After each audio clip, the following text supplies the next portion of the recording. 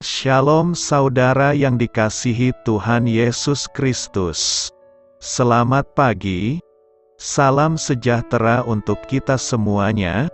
Selamat datang kembali di Renungan Rohani pagi hari ini. Semoga saudara yang terkasih dalam keadaan sehat selalu.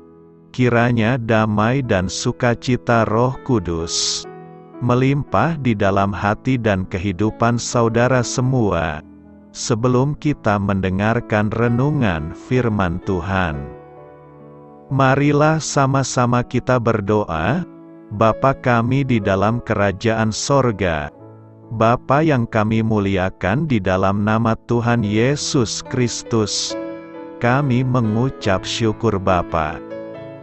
Oleh karena perlindungan-Mu di sepanjang malam hingga pagi hari ini, kami boleh bangun dengan tubuh yang sehat, kuat, dan diberkati Tuhan. Pada pagi hari ini Bapa, kami mau mendengarkan firman-Mu. Berbicaralah ya Bapa, jamah hati kami, berikan kami pengertian untuk dapat memahami firman-Mu, dan dapat kami lakukan di sepanjang kehidupan kami. Terima kasih Bapa, di dalam nama Tuhan Yesus Kristus, kami berdoa, amin. Sahabat suara kasih, ayat pembacaan Alkitab kita hari ini terambil dari Wahyu 4 ayat yang ke-1 sampai 11. Wahyu 4 ayat 1 sampai 11. Kemudian daripada itu aku melihat, sesungguhnya, sebuah pintu terbuka di sorga, dan suara yang dahulu yang telah kudengar, berkata kepadaku seperti bunyi sangkakala. Katanya, naiklah kemari dan aku akan menunjukkan kepadamu, apa yang harus terjadi sesudah ini. Segera aku dikuasai oleh Roh dan lihatlah, sebuah tahta terdiri di sorga, dan di tahta itu duduk seorang, dan dia yang duduk di tahta itu, nampaknya bagaikan permata yaspis dan permata sardis, dan suatu pelangi melingkungi tahta itu gilang gemilang bagaikan zamrud rupanya. Dan sekeliling tahta itu ada 24 tahta, dan di tahta-tahta itu duduk 24 tua-tua, yang memakai pakaian putih dan mahkota emas di kepala mereka. Dan dari tahta itu keluar kilat dan bunyi guruh yang menderu, dan 7 obor menyala-nyala di hadapan tahta itu. Itulah ketujuh roh Allah, dan di hadapan tahta itu ada lautan kaca bagaikan kristal, di tengah-tengah tahta itu, dan di sekelilingnya ada 4 makhluk penuh dengan mata, di sebelah muka dan di sebelah belakang. Adapun makhluk yang pertama sama seperti singa, dan makhluk yang kedua sama seperti anak lembu, dan makhluk yang ketiga mempunyai muka seperti muka manusia, dan makhluk yang keempat sama seperti burung nasar yang sedang terbang. Dan keempat makhluk itu masing-masing bersayap 6, sekelilingnya dan di sebelah dalamnya penuh dengan mata, dan dengan tidak berhenti-hentinya mereka berseru siang dan malam, Kudus, Kudus, Kuduslah Tuhan Allah, yang Maha Kuasa, yang sudah ada dan yang akan datang. Dan setiap kali makhluk-makhluk itu mempersembahkan puji-pujian, dan hormat dan ucapan syukur kepada Dia, yang duduk di atas tahta itu dan yang hidup sampai selama-lamanya. Maka tersungkurlah ke-24 tua-tua itu di hadapan Dia yang duduk di atas tahta itu, dan mereka menyembah Dia yang hidup sampai selama-lamanya, dan mereka melemparkan mahkotanya di hadapan tahta itu, sambil berkata, Ya Tuhan dan Allah kami, Engkau layak menerima puji-pujian dan hormat dan kuasa, sebab Engkau telah menciptakan segala sesuatu, dan oleh karena kehendak-Mu semuanya itu ada dan diciptakan. Sahabat suara kasih, Ayat emas renungan kita hari ini adalah 1 Tesalonika 5 ayat 18 dan Wahyu 5 ayat 11. Mengucap syukurlah dalam segala hal, sebab itulah yang dikehendaki Allah di dalam Kristus Yesus bagi kamu. Ya Tuhan dan Allah kami, Engkau layak menerima puji-pujian dan hormat dan kuasa, sebab Engkau telah menciptakan segala sesuatu, dan oleh karena kehendak-Mu semuanya itu ada dan diciptakan. Judul renungan kita hari ini adalah Bersyukur dalam segala keadaan, ditulis oleh Lori, sahabat Suara Kasih. Apakah Anda bersyukur hanya karena hal-hal baik dalam hidup Anda? Sepanjang tahun 2021 ini, mungkin Anda sudah melewati berbagai kondisi naik dan turun. Tapi apakah Anda hanya akan bersyukur untuk hal-hal baik yang terjadi atas hidup Anda? Di penghujung tahun ini, saya malah diingatkan untuk bersyukur di tengah rasa sakit. Entah itu karena kehilangan pekerjaan, pernikahan yang belum dikaruniai anak, kondisi ekonomi yang tidak menentu, penyakit yang tiba-tiba muncul, dan hal menyakitkan lainnya. Bagaimana seharusnya kita mengucap syukur di tengah masa-masa menyakitkan ini? Sebagai orang percaya, dasar kita memandang hidup bukan dari keadaan kita tetapi kepada janji Tuhan. Paulus memberitahu orang-orang Tesalonika, supaya mereka mengucap syukur dalam segala hal. Kenapa? Karena itulah yang dikehendaki Allah di dalam Kristus bagi kita. Dengan kata lain, pengikut Kristus percaya bahwa setiap kesulitan yang terjadi adalah anugerah dari Tuhan.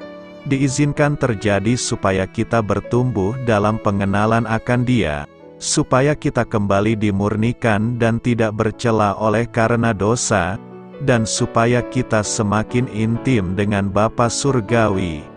Kita tidak sendirian, karena Tuhan selalu memegang kendali penuh atas hidup kita.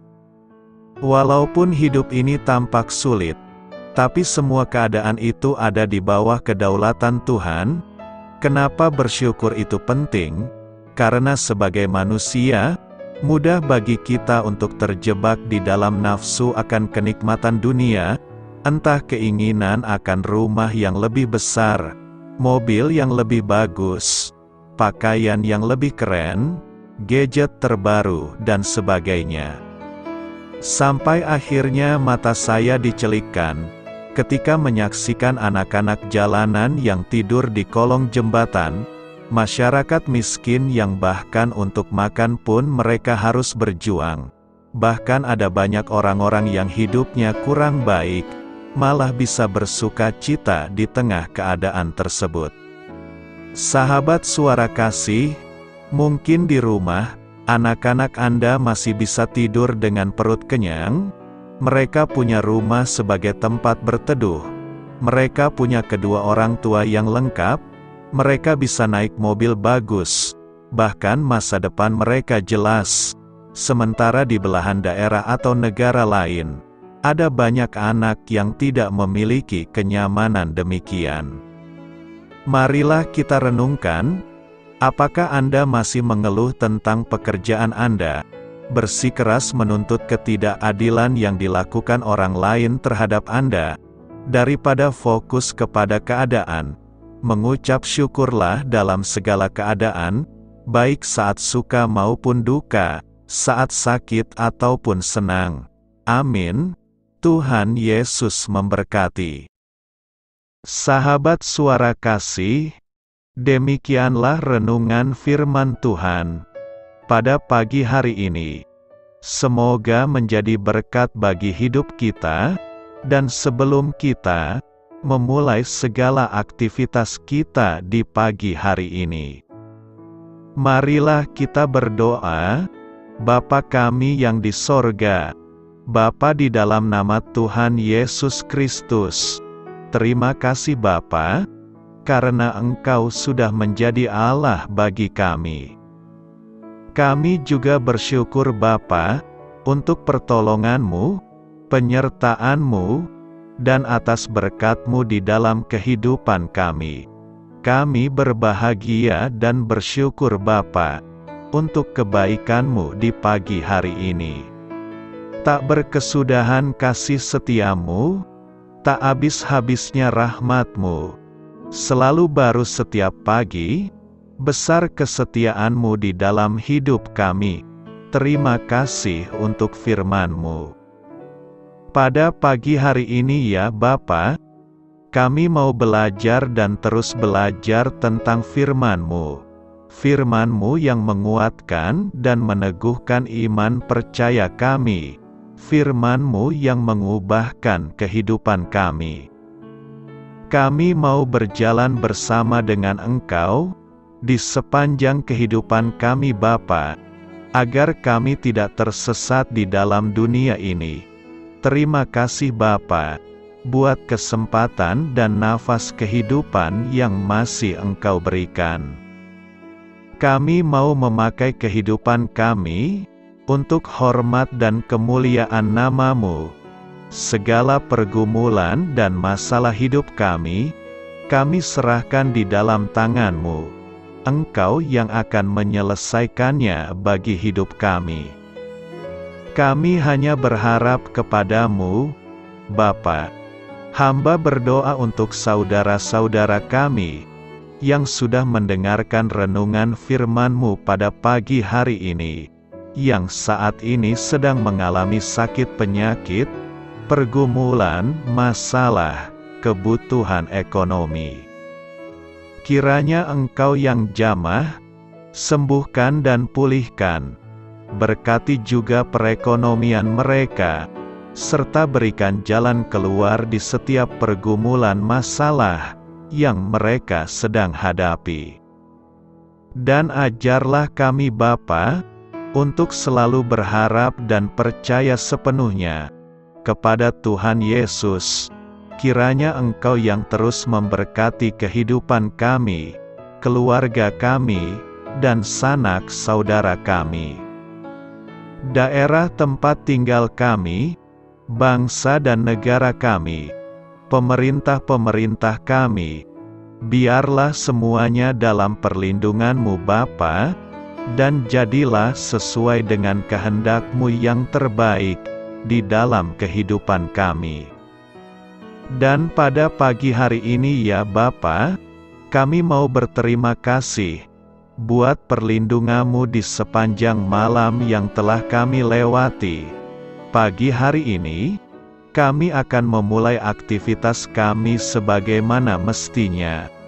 Kami yakin dan percaya, perlindungan-Mu tetap ada di dalam hidup kami, dan juga di sepanjang hari yang akan kami lewati ini. Terima kasih Bapa, inilah yang menjadi doa dan permohonan kami.